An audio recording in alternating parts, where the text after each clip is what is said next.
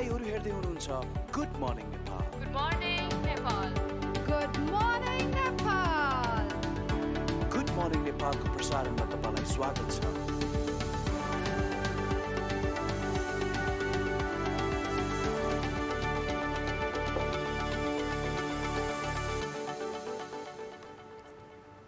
नमस्ते, good morning.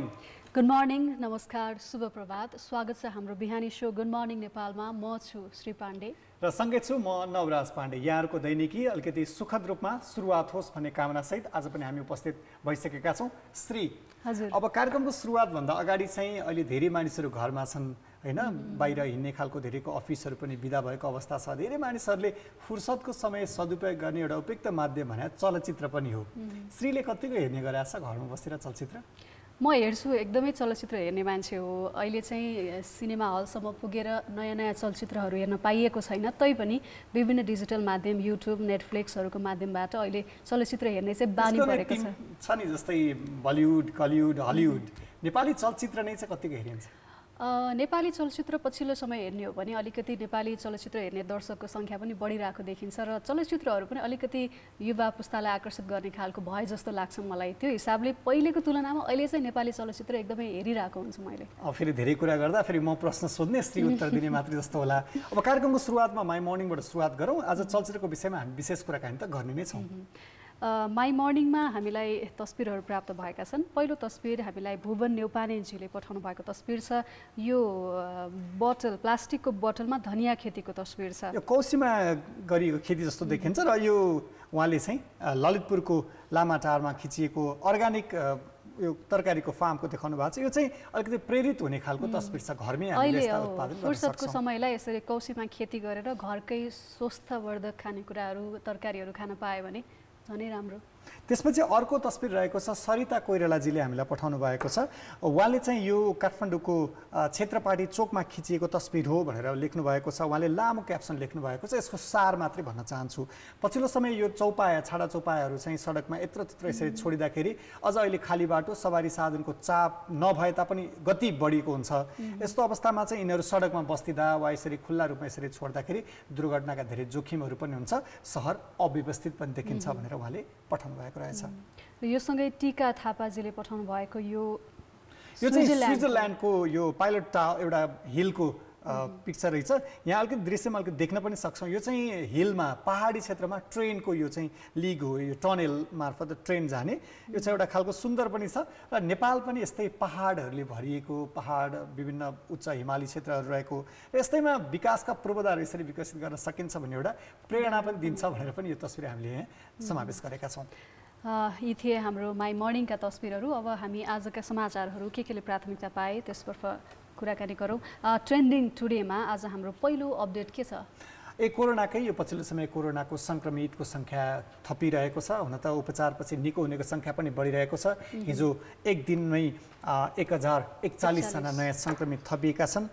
यसपछि मुलुकभर सङ्क्रमितको सङ्ख्या 45,277 पुगेको छ। निको हुने र मृत्युको के कस्तो छ? हिजो मात्रै 1566 जना डिस्चार्ज भएका छन् र काठमाडौँ उपत्यकामा मात्र हिजो 408 जना कोरोना सङ्क्रमित थपिएका थिए। काठमाडौँ जिल्लामा 326, भक्तपुरमा 45 र ललितपुरका 37 जना रहेका छन्। अब यसपछि अर्को समाचारको विषय छ यो दुध। किसानले दुधको बजार पाएका छन्। अहिले धेरै मानिसहरू अझ सहरी क्षेत्रमा भिडभाड हुने ग्रामीण क्षेत्रमा पुगेका छन् होइन, त्यसले पनि दुधको खपत घटेको छ। हिसाबले किसानले दुध फाल्नु परेको अहिले सवारी साधनहरू पनि नचल्दाखेरि गाउँ गाउँमा किसानहरूले उत्पादन गरेका वस्तुहरू चाहिँ सहरसम्म नआउँदाखेरि उनीहरूको उत्पादन खेर पनि गइरहेको छ। दुध मात्रै होइन, तरकारी पनि खेतमै फाल्नु परेको घटनाहरू पनि हामीले सुनिरहेका छौँ। यो कोरोनाकै कारण दुग्ध क्षेत्रमा 20 अर्बको नोक्सानी भनेर यो पनि अर्को समाचार रहेछ। यो सँगै अर्को समाचार छ, रसियन खोप स्पुतनिक 5 कोरोना विरुद्धको प्रभावकारी देखियो भनेर। यो चाहिँ अलिकति सकारात्मक सन्देश दिने खालको एउटा मानिसहरूलाई सकारात्मक भाइब्स दिने खालको समाचार पनि हो। रसियाले पछिल्लो समय कोरोना विरुद्धको खोपको विभिन्न रिसर्चहरू गरेपछि यसलाई सार्वजनिक गरेको जनाएको छ। हुन त यो कतिपय युरोप र अमेरिकन क्षेत्रबाट यसको आलोचना पनि भएका छन्, तथापि यसको परीक्षण चाहिँ सकारात्मक हिसाबले अघि बढेको रसियाले जनाएको छ। नवराज, अघि हामीले चलचित्रको त कुरा गऱ्यौँ, अहिले यो लकडाउन निषेधाज्ञाको समयमा मानिसहरू घर बस्दाखेरि टिकटक पनि अलिक बढी प्रयोग गरेको पाइयो। यो समाचारमा नै आएको छ। लकडाउनमा टिकटकको प्रयोग 75% वृद्धि भएको छ। कोरोना सङ्क्रमणका कारण लकडाउन सुरु भएपछि नेपालमा टिकटकको प्रयोग 75% बढेको पाइएको छ र नेटफ्लिक्सको 52%, गुगलको 37% र फेसबुकको 47%ले बढेको इन्टरनेट सेवा प्रदायकले बताएका छन्। टिकटकको बढी प्रयोगमा नाम त श्रीको नै आउँछ होला। हो, मैले पनि धेरै नै प्रयोग गरेर आउँछु। टिकटकसँगै नेटफ्लिक्स लगायत युट्युब सबै डिजिटल माध्यमहरू जुन घर बसेर प्रयोग गर्न सकिन्छ, अलिकति सजिलो पनि हुन्छ, त्यसबाट धेरै इन्फर्मेसन पनि लिन सकिन्छ, धेरै दिन पनि सकिन्छ। त्यो हिसाबले हेर्दाखेरि अहिले प्रयोग बढी नै रहेको छ। यो पछि चाहिँ अर्को यो समाचारको विषय यो मौसमको समाचार छ। यसले चाहिँ अलिकति हामीलाई सजगता अपनाउनका लागि सहयोग पनि पुग्छ भनेर पनि यो हामीले यहाँ राखेका छौँ।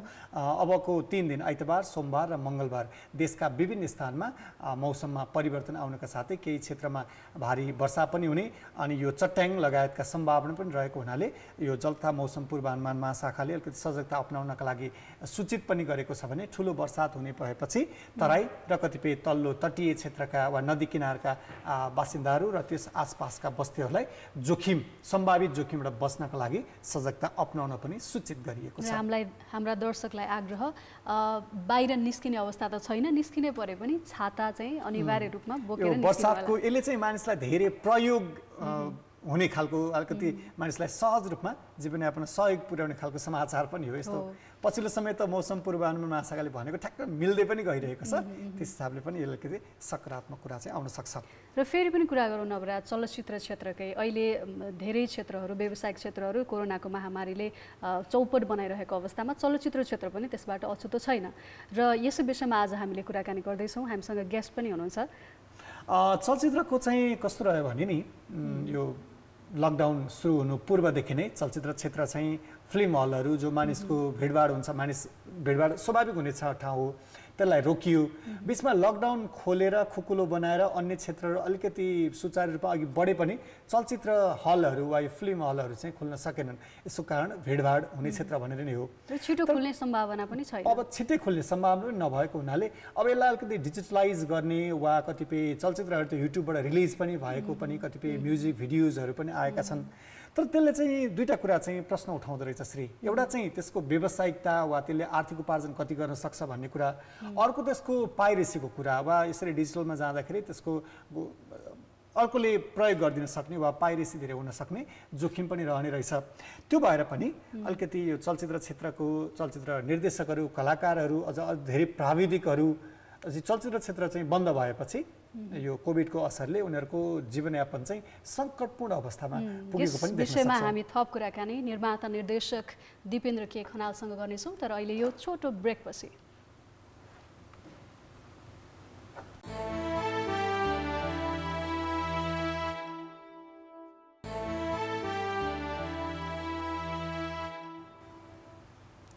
फेरि पनि स्वागत छ गुड मर्निङ नेपालमा। आज हामी कोरोना महामारीले गर्दाखेरि चलचित्र क्षेत्रमा परेको समस्या र चलचित्र कर्मीको अवस्थाको बारेमा कुराकानी गर्दैछौँ। स्पेसली अलिकति फिल्म इन्डस्ट्री हुन त कोभिडले सबै क्षेत्रमा प्रभाव पारेको छ। यो क्षेत्र पनि उत्तिकै प्रभावित क्षेत्रमध्ये पर्छ। यसका साथसाथै धेरै मानिसहरूको रोजीरोटीसँग जोडिएको कुरा, आर्थिक उपार्जनसँग जोडिएको कुरा, अझ चलचित्र निर्माणको दर हेर्ने हो भने पछिल्लो समय नेपालमा अलिकति विविधतायुक्त चलचित्रहरू पनि बन्ने क्रम जारी थिए। त्यसले अलिकति तीव्रता पनि पाएका थिए। यस्तो बेला बनेका चलचित्रहरू नै प्रदर्शन हुन सकेका छैनन्, नयाँ बन्ने कुरा त बन्ने क्रममा रहेका पनि त्यसै त्यो पनि अलमलमा परेका छन् भने योसँग जोडिएका ठुलो एउटा खालको समुदाय छ। खास गरी चलचित्र कलाकारहरूको कुरा, अझ पर्दा पछाडि रहने प्राविधिकहरू कुरा, होइन, डिरेक्टरहरू, प्रड्युसरहरू, चलचित्र कर्मीहरूका कलाकारहरू सबैलाई यसले प्रभावित पारेको छ।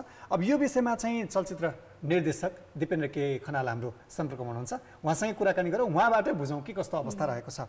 दिपेन्द्रजी यहाँलाई स्वागत छ। दिपेन्द्रजी सुन्दै हुनुहुन्छ हामीलाई? दिपेन्द्रजीसँगको सम्पर्क हामी निरन्तर प्रयास गरिरहेका छौँ। दिपेनजी स्वागत छ यहाँलाई।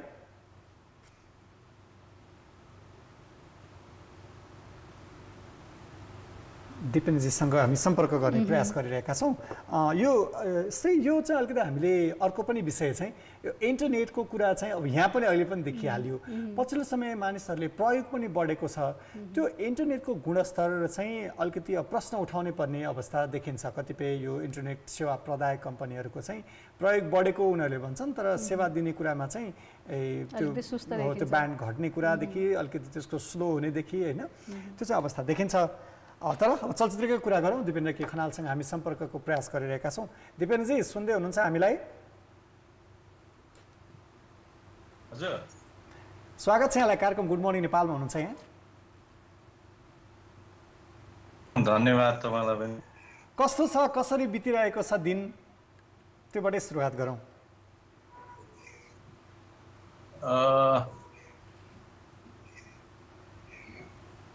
हेलो हजुर हजुर सुन्दै हुनुहुन्छ हामीलाई? यहाँको दैनिकी कस्तो छ, कसरी दिन बिताइरहनु भएको छ बताइदिनुहोस् न। यस्तै त हो एज युजुअल। अब लकडाउन छ होइन, दिन त यसरी नै बितिरहेछ घरमै बसेर। तर अब सकेसम्म चाहिँ अलिकति क्रिएटिभ बनाऊ, यो दिनहरूलाई चाहिँ अलिकति क्रिएटिभ बनाऊ, केही काम लागोस्, यो दिन पनि खेर नजाओस् भन्ने किसिमले चाहिँ एउटा प्र्याक्टिस चाहिँ गरिरहेको छु। दिपेन्द्रजी अहिले कोरोना महामारीले गर्दाखेरि चलचित्र क्षेत्रलाई कति प्रभाव परेको छ? चलचित्रकर्मीको अवस्था के छ?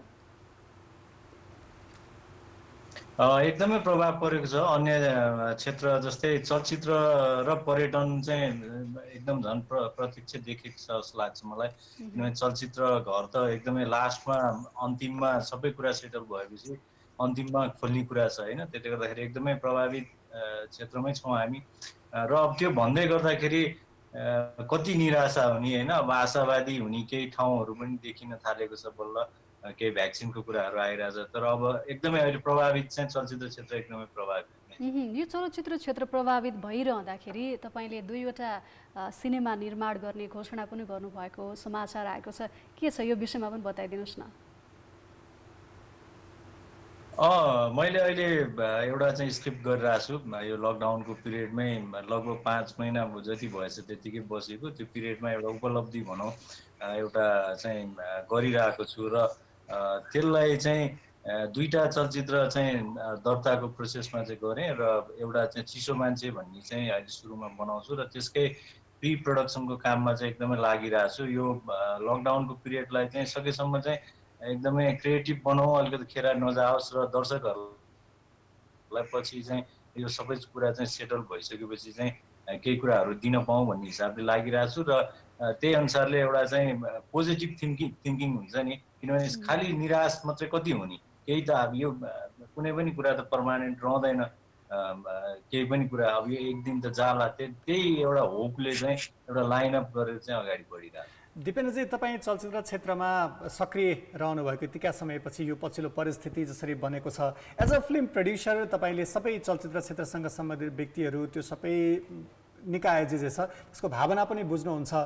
तपाईँहरू त क्रिएटिभ कामहरू कतिपय घरमा बसेर पनि गरिराख्नु भएको छ। अझ प्राविधिकहरू जो यो चलचित्रै क्षेत्रमा डे टु डे काम गरेर अलिकति आफूलाई ग्रो अप गर्ने त्यस्तो खालको मानिसहरूले अरू तिनीहरूलाई परेको इम्प्याक्ट, उहाँहरूले खोज्न सक्ने विकल्प के हुनसक्छ, के देख्नु भएको छ? अवश्य नै जो प्राविधिकहरू हुनुहुन्छ उहाँहरूलाई एकदमै मार परेको छ। र धेरै सङ्घ संस्थाहरू जस्तै प्राविधिक सङ्घदेखि लिएर निर्माता सङ्घदेखि लिएर चलचित्र विकास बोर्डले पनि केही पहलहरू भएको छ। र साधारण एउटा हुन्छ नि दैनिकी गुजार्नको लागि चाहिने चाहिँ त्यो एउटा चाहिँ किसिमको राहतको प्याकेजहरू चाहिँ भइ पनि रहेछ। र चलचित्र कर्मीहरूले पनि आफ्नो व्यक्तिगत रूपमा सकेको जति, जस्तै मैले पनि मसँग चाहिँ जोइन भएको, मसँग कनेक्ट भएको जो चलचित्र कर्मीहरू हुन्छ उहाँहरूलाई सकेसम्म गरिरहेको छु। किनभने आफ्नो टिम भयो, भोलि आफैलाई चाहिन्छ सबै होइन। त्यसले गर्दाखेरि सबैले व्यक्तिगत रूपमा गरिरहनु भएको जस्तो लाग्छ। र पछिल्लो चरणमा चाहिँ चलचित्र विकास बोर्डले पनि अहिले जो नयाँ अध्यक्ष आउनु भएको छ उहाँले पनि पहल गरेर चाहिँ सङ्घ संस्थाको थ्रु चाहिँ राहतहरू चाहिँ वितरण गर्ने भन्ने किसिमको कुरा आएको छ र त्यो एकदमै राम्रो हो, त्यो भइरहेछ। त्यो चाहिँ रह्यो चलचित्र प्राविधिकको कुरा। र अब कलाकारको कुरामा चाहिँ कलाकारहरू चाहिँ अलिकति कलाकार र त्योभन्दा माथिको जो डिरेक्टरदेखि अरू चाहिँ सबै फुर्सदै हुनुहुन्छ होला अहिले। र अब चलचित्र क्षेत्रलाई कसरी चलायमान बनाउने भन्ने विषयमा पनि चलचित्र विकास बोर्डसँग सबै सङ्घ संस्था बसेर चाहिँ पहल भइरहेको छ र सरकारले के गर्न सक्छ, त्यसमा चाहिँ कसरी जान सकिन्छ, चलचित्रलाई कसरी चलायमान बनाउने भन्ने किसिममा धेरै एउटा चाहिँ ढाँचाहरू चलचित्र विकास बोर्डले बनाइरहेको पाएको छु मैले।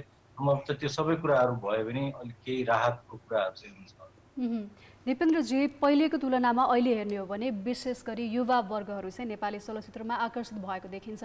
हामीले युट्युबमा भ्युजहरू हेर्दाखेरि, गीत सङ्गीतमा भ्युजहरू आएको हेर्दाखेरि पनि चलचित्रप्रति युवाहरू आकर्षित भएको देख्न सकिन्छ। जसरी गीत सङ्गीतलाई हामीले युट्युबका माध्यमबाट, यसरी डिजिटल माध्यमबाट अहिले प्रसारण गरिरहेका छौँ, त्यहाँबाट दर्शकहरूसम्म पुर्याइरहेका छौँ, त्यसै गरी नेपाली चलचित्र पनि युट्युबकै माध्यमबाट व्यावसायिक बनाउन कति सम्भव छ?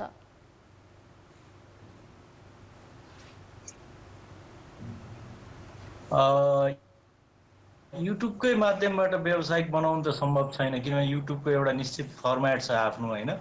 त्यो फर्मेटबाट चाहिँ नेपाली चलचित्रको अथवा कुनै पनि चिजको पैसा उठ्ने भन्ने चाहिँ सम्भव छैन। तर अब ओटिटी प्लेटफर्म जसरी विदेशहरूमा अहिले चाहिँ अब छिमेकी देश भारतकै कुरा गर्ने हो भने अधिकांश नयाँ चलचित्रहरू चाहिँ ओटिटी प्लेटफर्ममा रिलिज भइरहेको छ र त्यसबाट मुनाफासहितको रिटर्न पाइरहेको स्थिति छ। त्यसले गर्दाखेरि यो पनि अहिलेको नेपाली चलचित्रको लागि चाहिँ एकदमै एउटा आवश्यक प्लेटफर्म बनिसकेको छ। हाम्रो एउटा चाहिँ दुःख के छ भने अहिलेसम्म नेपाली चलचित्रले ओटिटी प्लेटफर्म पाएको छैन र सम्भवतः एक दुईवटा त्यस्तो प्लेटफर्महरू बन्दैछ र बन्ने अन्तिम चरणमा छ मैले थाहा पाए अनुसार।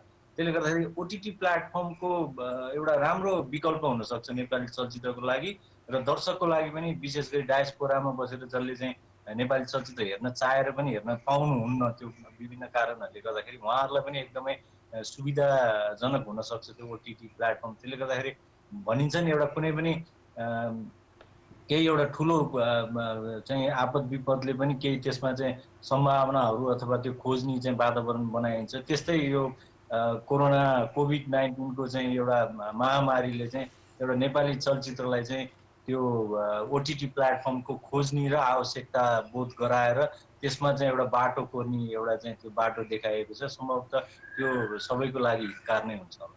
दिपेनजी, अब यो विषयमा कुराकानी गरिरहँदाखेरि तपाईँसँग जस्तै चलचित्र निर्माणकै कुरा, कतिपय चलचित्रहरू निर्माण सुरुवात गर्ने भनेर त्यो एउटा उपयुक्त समय कुरेर बसेका मानिसहरू पनि अहिले अन्यलमा देखिन्छन्। यहाँले पनि लकडाउन नै नाम राखेर चलचित्र बनाउने तयारी गरिराख्नु भएको छ के होइन? हजुर, के छ त्यसको विषयमा? अब हुन्छ त्यो क्रिएटिभिटी त अहिले भनिहाल्ने, त्यो रिभिल आउट गर्न खोजेको त होइन, तर अलिकति त्यसको बेस चाहिँ के हो अलिकति त्यो चाहिँ बताइदिनुहोस् न। दुईटा चलचित्रमा चिसो मान्छे भनेको पनि अहिलेको लकडाउन पछिको सेटिङमा छ। लकडाउन खुलिसकेपछिको ठ्याक्कै त्यही बेलाको सेटिङको चलचित्र छ त्यो चिसो मान्छे चाहिँ। र त्यसमा चाहिँ हुन्छ नि टाइटलले नै मेटाफोरिकल रूपमा युज गरेको छु मैले चिसो मान्छेलाई। चिसो मान्छे भन्ने बित्तिकै एउटा चाहिँ मृतकलाई पनि, मृत शरीरलाई पनि जनाउन सक्छ। उहाँसँग फेरि सम्पर्क टुटेको जस्तो छ। उहाँले आफ्नो कुराहरू जसरी लकडाउन चाहिँ मैले किन पनि यो सोधेको भने नि श्री, यो पछिल्लो परिवेश जुन छ यसले चलचित्र क्षेत्रमा फेरि यो कलाकार, अलिकति यो फिल्मको डिरेक्टर, प्रड्युसर जो स्क्रिप्टमा काम गर्नुहुन्छ उहाँहरूले चाहिँ समसामयिक विषयहरूलाई त्यो यति धेरै क्रिएटिभिटी उहाँहरूको यहीसँग इन्टरलिङ्क हुन्छ, त्यसले सोसाइटीलाई सिधै टच पनि गर्छ क्या। कतिपय यहाँको जेन्युन प्रब्लमहरू त्यो माध्यममा आउँछन् पनि। त्यो हिसाबले पनि दिपेन्द्रजीसँग हामीले यो लकडाउनको विषयमा अलिकति यो परिवेश अनुसारको नाम राख्नु भएको हुनाले अलि के रहेछ विषय भनेर हामीले जान्न खोजेको होइन। अवश्य पनि लकडाउनमा चाहिँ पूर्ण लकडाउनको समयमा हामी सबैले आफूले केही न केही रूपमा चाहिँ सफरिङ गरेको छौँ। त्यो आफ्नो एउटा सफरिङको एउटा चाहिँ बाटो फरक छ, त्यति मात्रै हो। र लकडाउन भन्ने बित्तिकै लकडाउनकै पिरियड फेरि पनि सम्पर्क टुटेको छ। हामी निर्माता निर्देशक दिपेन्द्र के खनालसँग आज चलचित्र उद्योगमा परेको समस्या कोरोनाका कारण र चलचित्र कर्मीको अवस्था के छ यस विषयमा कुराकानी गर्दै थियौँ। उहाँले चाहिँ अलिकति पछिल्लो यो एउटा खालको जेनेरेसनको लिड पनि गर्ने भावनाले पनि नयाँ नयाँ खालको अलिकति भेराइटिज त्यस्तो खालको विषयले पनि उहाँले चाहिँ त्यस्तो खालको फिल्महरू चलचित्र उद्योगमा दिनुभएको हिसाबले पनि उहाँको यो खालको अनुभव उहाँको यो सुझाव वा यो परिवेशमा उहाँले जसरी विश्लेषण गर्नुभयो त्यो धेरैका लागि एउटा प्रेरणादायी पनि हुन्छन् भनेर पनि उहाँसँग कुराकानी गरेका थियौँ। श्री अलिकति यो चलचित्र क्षेत्रको इन्टरटेनमेन्ट सेक्टरले चाहिँ जसरी सोसाइटीमा इकोनोमीमा मात्रै होइन कि मानिसहरूको दैनिकीमा एउटा रिलिफ त्यो टुल्सको रूपमा पनि काम गरेको हुन्छ चलचित्र। लामो समयसम्म रोकिँदाखेरि चाहिँ अलिकति भेराइटिज अफ फिल्महरू नेपाली फिल्महरू आइरहेको त्यस्तो खालको परिवेशमा चाहिँ यस्ता खालको क्रिएटिभिटीहरू बढ्दै गयो भने अझ हामीलाई पनि होइन एउटा खालको नयाँ उमङ्ग पनि थप्छ। क्रिएटिभिटी बढ्दै गएर राम्रो मुभीहरू पनि आउन थालेको छ। तर अहिले बिचमा यसरी बन्द हुँदाखेरि युवाहरू फेरि नेटफ्लिक्स लगायत अन्य माध्यमबाट फेरि विदेशी चलचित्रतिर आकर्षित हुन पनि सक्छन्। त्यो हिसाबले हेर्दाखेरि अहिले पनि डिजिटल माध्यमबाट नै नेपालमै जसरी विदेशमा अघि निर्देशकज्यूले पनि भन्नुभएको थियो विदेशमा हामीले अनलाइन डिजिटल माध्यमबाट नै मुभीहरू हेर्न सक्छौँ घरमै बसेर त्यो व्यवस्था नेपालमा पनि गर्न सकिए त्यसले चलचित्र क्षेत्रको त्यो एउटा चलचित्र उद्योगलाई पनि राहत हुन्छ नै त्योसँगै नेपाली सिनेमा हेर्ने नेपालीहरूको बानी पनि अलिकति विकसित हुने थियो कि त्यसमा चाहिँ कस्तो हुन्छ भने सिफ्ट गर्यो भने दर्शकले अलिकति फेरि त्यो नेपालीहरूको अप्सन अन्ततिर गएर त्यो सिफ्ट भइहाल्यो भने फर्काएर ल्याउन एकदम गाह्रो हुन्छ। नेपाली चलचित्रहरूलाई माया गर्ने दर्शकहरूको जुन एउटा क्रेज छ त्यसलाई कन्टिन्युटी राख्नका लागि चाहिँ त्यसलाई निरन्तरता दिनका लागि चाहिँ यस्ता कुराहरूमा अलिकति राज्यले पनि भूमिका खेलिदिनुपर्छ जस्तो लाग्छ। अलिकति प्रविधिको युग हो अलिकति प्रविधि मैत्री चाहिँ सरकार पनि हुनुपर्छ। हाम्रो चलचित्र उद्योगका विभिन्न खालका मेकानिजमहरू छ तिनीहरू पनि हुनुपर्छ र हामीले पनि फेरि हाम्रो आफ्नो कुरालाई चाहिँ अलिकति अपनत्व ओनरसिप चाहिँ लिनुपर्छ। आफ्नो चलचित्र हो नि त नेपाली चलचित्र होइन। आजको कार्यक्रमको समय पनि सकिन लाग्यो नवराज। त्यस्तै अब हामी अलिकति हाम्रा दर्शकहरूको सहभागिताको कुरा पनि गरौँ। हामीले विभिन्न माध्यमबाट हाम्रा दर्शकहरूको प्रत्यक्ष सहभागिताको अपेक्षा गरिरहेका छौँ। त्यो तस्बिरहरूको सवालमा होस् नयाँ राम्रा दृश्यहरूको कुरामा होस् वा विषयवस्तुकै सवालमा पनि यहाँहरू हामीसँग जोडिन सक्नुहुन्छ। त्यसको लागि हाम्रो फेसबुक पेज KTV.gmn र अफिसियल ट्विटरमा अफिसियल GM नेपालमा हामीलाई तस्बिरहरू लगायत तपाईँका प्रतिक्रिया हाम्रो कार्यक्रम हेरिरहनु भएको छ भने कस्तो लागिरहेछ केही सुधार गर्नुपर्ने केही विषयवस्तु कस्तो हुनुपर्छ जस्तो तपाईँहरूलाई लाग्छ भने यो तपाईँहरूकै लागि हामीले बिहानको समय तपाईँहरूकै समय राम्रो होस् भनेर यो कार्यक्रम गरिरहेका छौँ र त्यससँगै हामीले त्यो उहाँले दिनुभएको सुझाव सल्लाह उहाँहरूका तस्बिरहरू उहाँले पठाउनुभएका विषयवस्तुहरूलाई हामी कार्यक्रममा समावेश पनि गर्छौँ। भोलि फेरि नयाँ विषय र नयाँ प्रसङ्गका साथ उपस्थित हुने छौँ। अब यसपछि हाम्रो अङ्ग्रेजी समाचार बुलेटिन रहनेछ। यसका लागि अमर प्रधान आउँदै हुनुहुन्छ। कान्तिपुर टेलिभिजन हेर्दै गर्नुहोला। नमस्ते।